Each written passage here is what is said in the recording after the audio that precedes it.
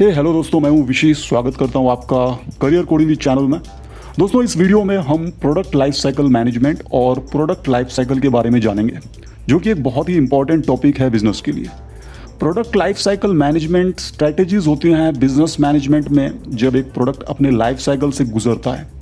जिन conditions में एक product को बेचा जाता है, जैसे एडवर्टाइजिंग, सैचुरेशन, उसमें समय के साथ चेंजेस आते हैं और उसे मैनेज करना ज़रूरी है जब वो उसके अलग अलग स्टेजेस से गुजरता है।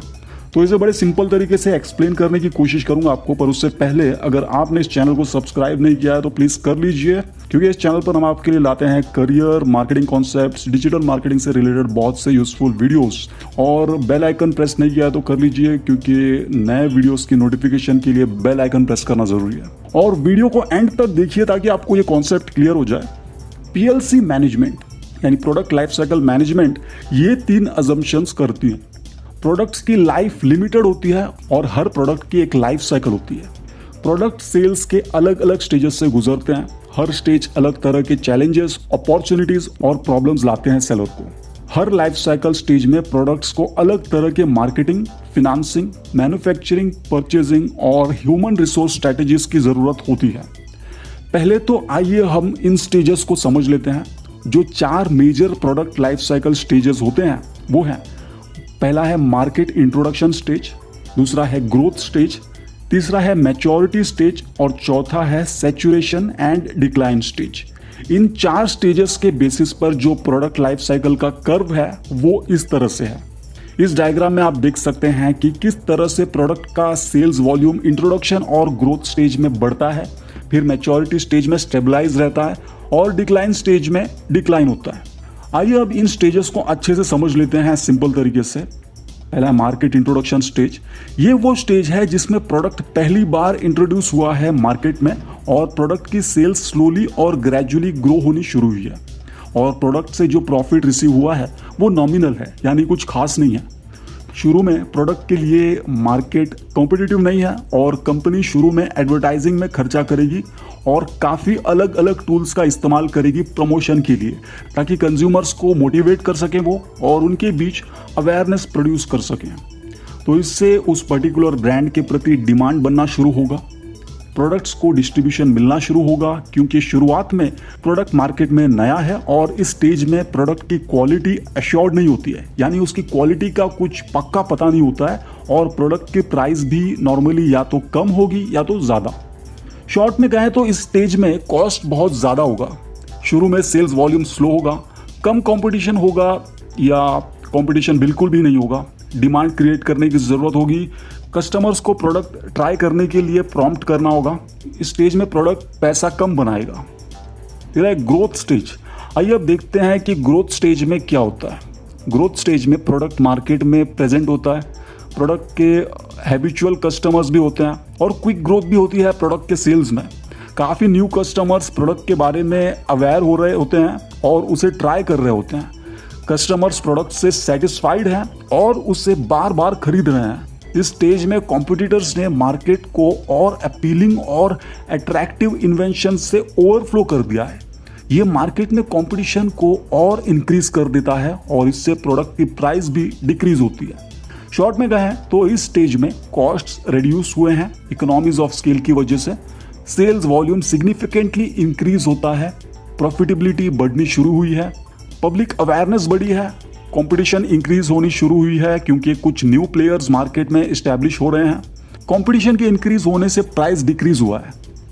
मैच्योरिटी स्टेज देखते हैं आप। मैच्योरिटी स्टेज में दोस्तों प्रोडक्ट की कॉस्ट डिक्रीज हुई है क्योंकि प्रोडक्ट का वॉल्यूम इंक्रीज हुआ है और प्रोडक्ट ने कर्व एक्सपीरियंस करना शुरू किया है और ज़्यादा से ज़्यादा कॉम्पिटिटर्स मार्केट को छोड़ते हुए दिख सकते हैं।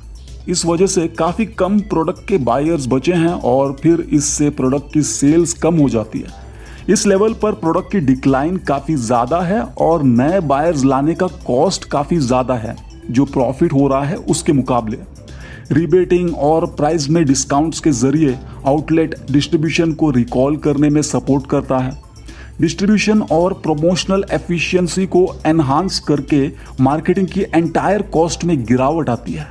शॉर्ट में कहें तो इस स्टेज में प्रोडक्शन वॉल्यूम्स इंक्रीज होने की वजह से और कर्व इफेक्ट्स की वजह से कॉस्ट डिक्रीज होते हैं। सेल्स वॉल्यूम बढ़ता है और इतना बढ़ता है कि मार्केट सैचुरेशन की पॉइंट पर पहुंच जाता है। कॉम्पिटिटर्स की एंट्री मार्केट में इंक्रीज होती है। कंपीटिंग प्रोडक्ट्स की प्रोलिफरेशन की वजह से प्राइस में गिरावट आती है। ब्रांड डिफरेंशिएशन और फीचर डाइवर्सिफिकेशन पर एम्फसाइज किया जाता है मार्केट शेयर को इंक्रीज या मेंटेन करने के लिए। इंडस्ट्रियल प्रॉफिट्स गिरने लगते हैं। फिर आखिरी स्टेज है सैचुरेशन एंड डिक्लाइन स्टेज। इस स्टेज में प्रोडक्ट के प्रॉफिट और सेल्स दोनों ही डिक्लाइन होने शुरू हुए हैं प्रोडक्ट के मार्केट में डिलीट होने की वजह से। इस स्टेज में प्रोडक्ट की market negative rate of growth दिखाना शुरू करती है और कैश फ्लोज भी डिस्ट्रॉय होने लगते हैं। शॉर्ट में कहें तो इस स्टेज में कॉस्ट काउंटर ऑप्टिमल बन जाता है, यानी कि प्रोडक्ट की सेल्स बढ़ाने के लिए जो कॉस्ट ऐड किए जाते हैं उसका कुछ फायदा नहीं होता। सेल्स वॉल्यूम डिक्लाइन होता है, प्राइसेस प्रॉफिटेबिलिटी डिमिनिश होते हैं, प्रॉफिट कमाना एक चैलेंज हो जाता है प्रोडक्शन या डिस्ट्रीब्यूशन एफिशिएंसी के लिए इंक्रीज सेल्स के मुकाबले। दोस्तों ये तो थे 4 स्टेजेस, लेकिन हम कैसे आइडेंटिफाई करें कि हमारा प्रोडक्ट अभी किस स्टेज में है, तो इसलिए ये टेबल आपके काम आएगा। तो दोस्तों इस टेबल में आप देख सकते हैं सेल्स, इन्वेस्टमेंट, कॉस्ट, कंपटीशन और प्रॉफिट। ये जो 4 चीज़ें हैं प्रोडक्ट लाइफ साइकिल की जो 4 स्टेजेस हैं उसमें कैसे होते हैं ये। तो जैसे कि आप देख सकते हैं सेल्स जो है इंट्रोडक्शन स्टेज में लो होता है, फिर ग्रोथ स्टेज में हाई होता है, मैच्योरिटी स्टेज में हाई होता है, डिक्लाइन स्टेज में लो होता है। इन्वेस्टमेंट कॉस्ट जो है इंट्रोडक्शन में वेरी हाई होता है, ग्रोथ स्टेज में हाई होता है but lower than intro stage, maturity stage में लो होता है, डिक्लाइन स्टेज में लो होता है। कंपटीशन आप देख सकते हैं इंट्रोडक्शन स्टेज में लो कंपटीशन होता है या फिर नो कंपटीशन होता है, ग्रोथ स्टेज में हाई होता है, मैच्योरिटी स्टेज में वेरी हाई, डिक्लाइन स्टेज में भी वेरी हाई। प्रॉफिट जो है इंट्रोडक्शन स्टेज में लो होता है, ग्रोथ स्टेज में हाई होता है, मैच्योरिटी स्टेज में हाई और डिक्लाइन स्टेज में लो होता है। तो इस टेबल के जरिए आप पता कर सकते हैं कि आपका प्रोडक्ट जो है वो किस स्टेज में है अभी। दोस्तों प्रोडक्ट की इस लाइफ साइकिल को एक्सटेंड करने के लिए सेल्स को इंप्रूव करना होगा, तो वो कंपनीज कुछ इस तरह से कर सकती हैं। एडवर्टाइजिंग करके और ज़्यादा पोटेंशियल कस्टमर्स हासिल करने का ट्राई कर सकते हैं।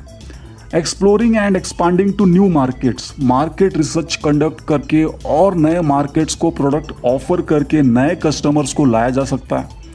प्राइस रिडक्शन, काफ़ी कस्टमर्स प्राइस कट्स और डिस्काउंट टैग्स की ओर आकर्षित होते हैं। एडिंग न्यू फीचर्स, प्रोडक्ट की यूजिबिलिटी को एनहांस करने के लिए वैल्यू ऐड कर सकते हैं ताकि और बड़े कस्टमर बेस को अट्रैक्ट कर सकें। पैकेजिंग, न्यू अट्रैक्टिव, यूजफुल या eco friendly packaging target customers को इन्फ्लुएंस कर सकता है।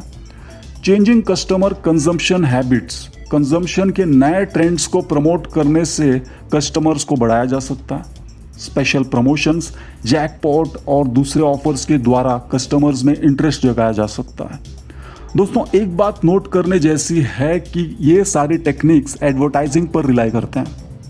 एडवर्टाइजिंग को ज़रूरत है दूसरे पोटेंशियल कस्टमर्स की ताकि वो नए कस्टमर्स को टारगेट कर सकें, ना कि बार बार उन्हीं कस्टमर्स को जो ऑलरेडी हैं हमारे पास। तो दोस्तों आपने जाना कि प्रोडक्ट लाइफ साइकिल क्या है और कैसे इसे मैनेज कर सकते हैं। वीडियो अच्छी लगी तो लाइक कीजिए और शेयर करें सबके साथ। मैं मिलूंगा आपको नेक्स्ट वीडियो में जल्दी। धन्यवाद।